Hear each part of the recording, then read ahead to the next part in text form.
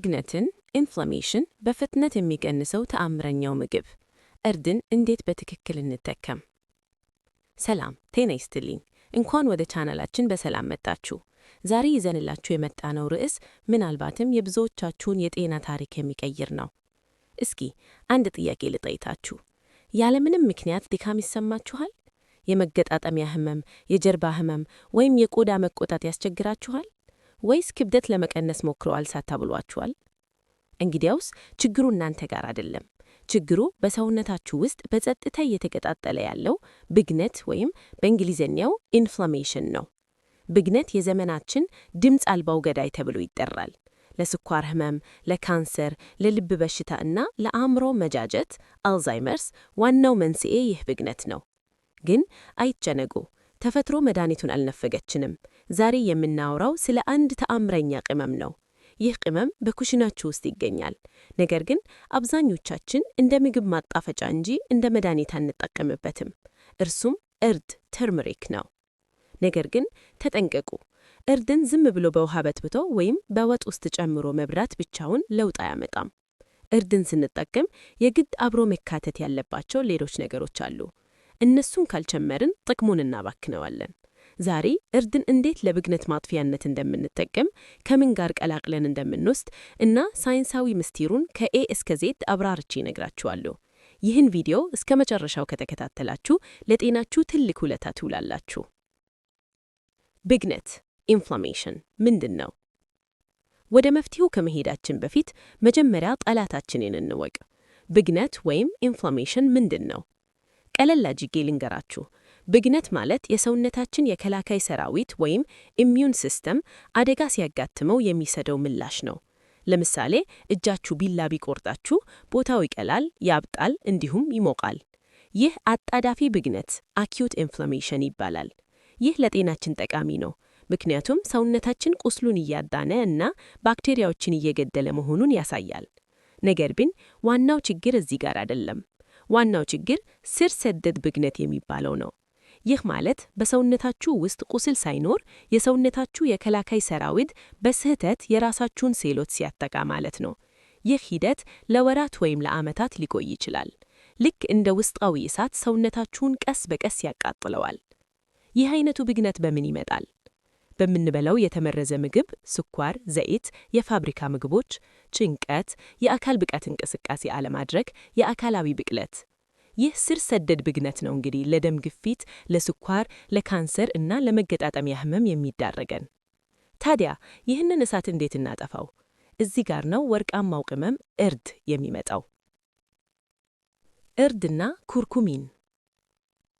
እርድ በኢትዮጵያ እና በህንድ ባህል ውስጥ ለሺህ ዓመታት የቆየ ቅመም ነው። ለወጥ ማጣፈጫነት፣ ለውበት መጠበቂያነት እንዲሁም ለቁስል ማድረቂያነት እንጠቀምበታለን። ነገር ግን ሳይንስ አሁን ላይ ስለ እርድ ምን ይላል?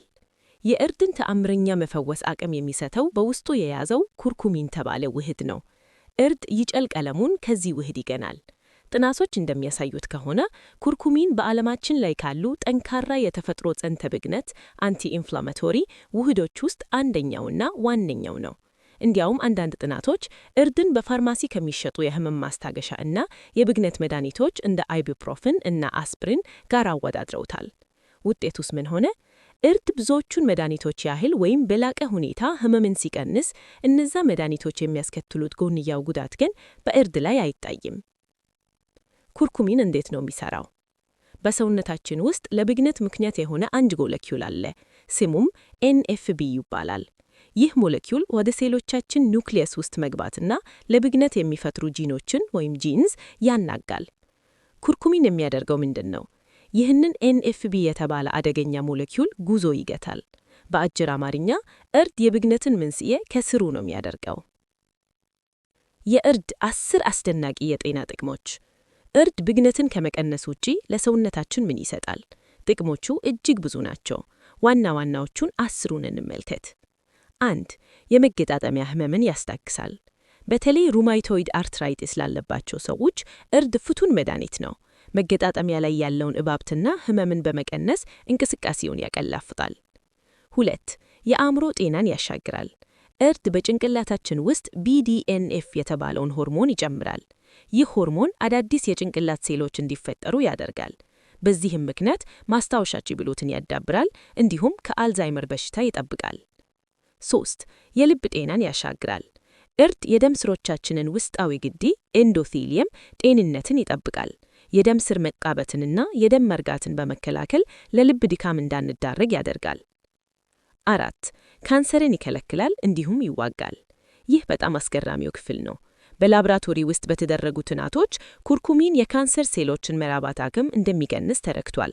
እዛም ባለፈ ለካንሰር እጢዎች ምግብ የሚያቀቡ አዳዲስ የደም ስሮች እንዳይፈጠሩ አንጂዮጀነሲስ ያደርጋል።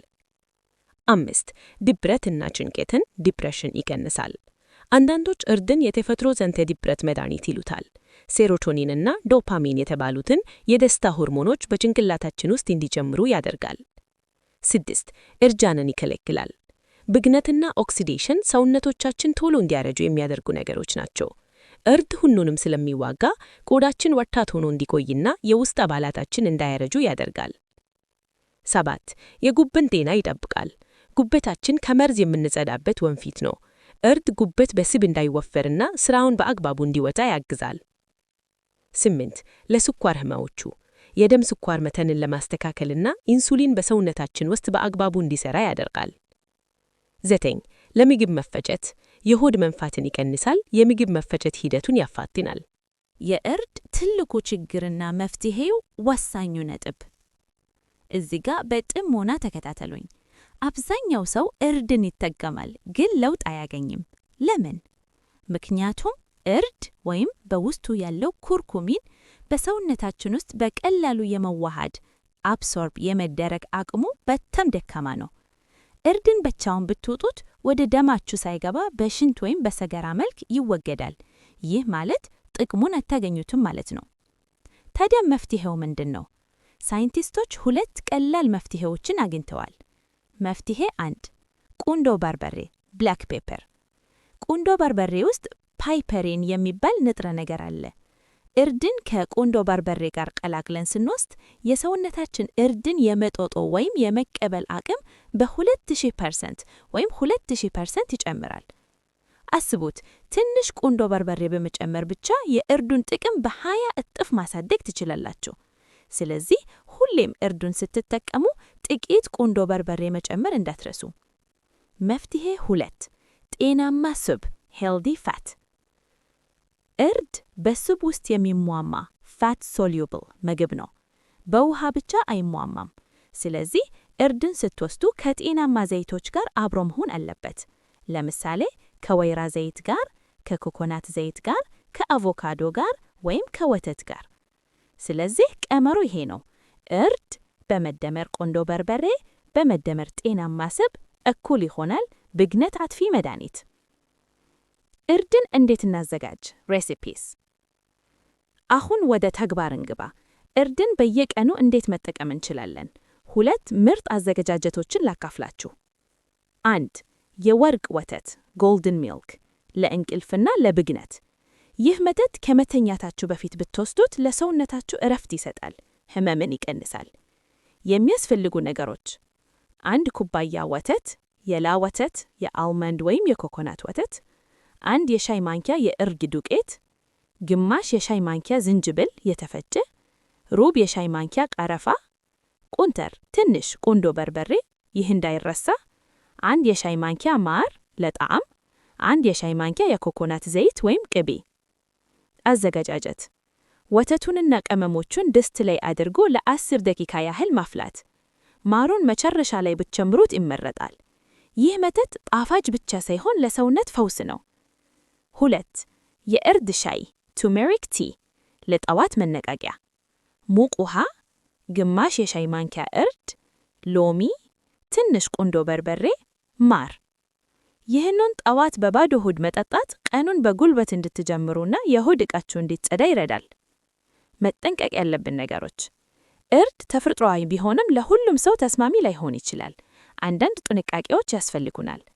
ለኩላሊት ጠጠር ታማሚዎች እርድ ውስጥ ኦክሳሌት የሚባል ነገር ስላለው ለኩላሊት ጠጠር ተጋላጭ ከሆኑ መጠኑን መቀነስ ወይም ማቆም ሊኖርበው ይችላል።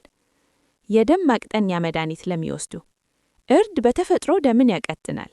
እንደ ዋርፋሪን ወይም አስፕሪን ያሉ መድኃኒቶች ለሚወስዱ እርድን በብዛት ከመውሰዳችሁ በፊት ዶክተራችሁን ያማልኩ። ደሙ በጣም እንዳይቀጥን ያሰጋል።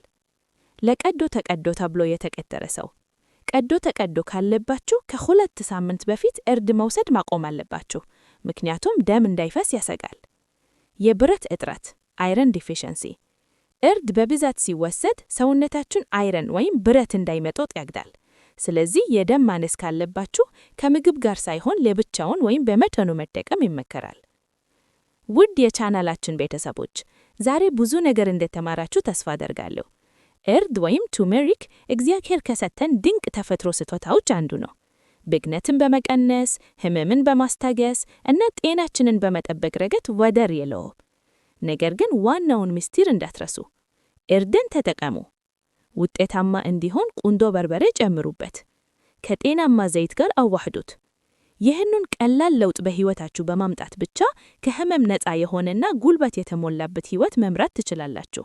ዛሬውኑ ይሞክሩት። ኪችን ላይ ያለውን እርድ አውጥታችሁ በሻይ ወይም በወተት ሞክሩት።